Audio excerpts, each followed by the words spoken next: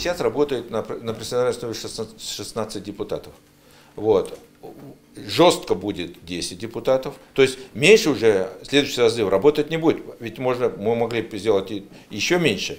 Но уже меньше работать не будет. Больше может быть. Почему? Потому что есть закон 184, по которому говорится, что если партия прошла 5% барьер, то даже одним человеком представляет, то он, если он хочет, конечно, будет работать на профессиональной основе.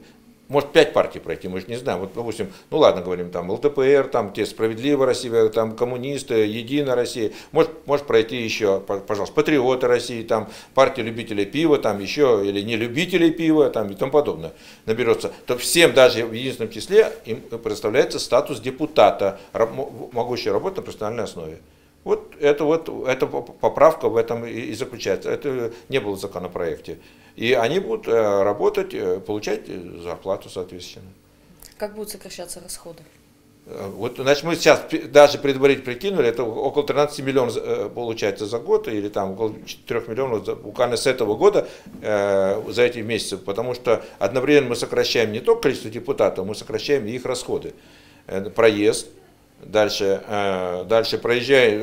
жилье, проживание в гостиницах. Какие номера будут теперь доступны депутатам? Обычные номера, не люксовые номера. Или не там есть, ну, опять все зависит от того, что называется люксом. Люкс, допустим, в гостинице там Россия или Москва — это одно дело, люкс в гостинице Троицко-Печерске — это другой люкс. И там люкс.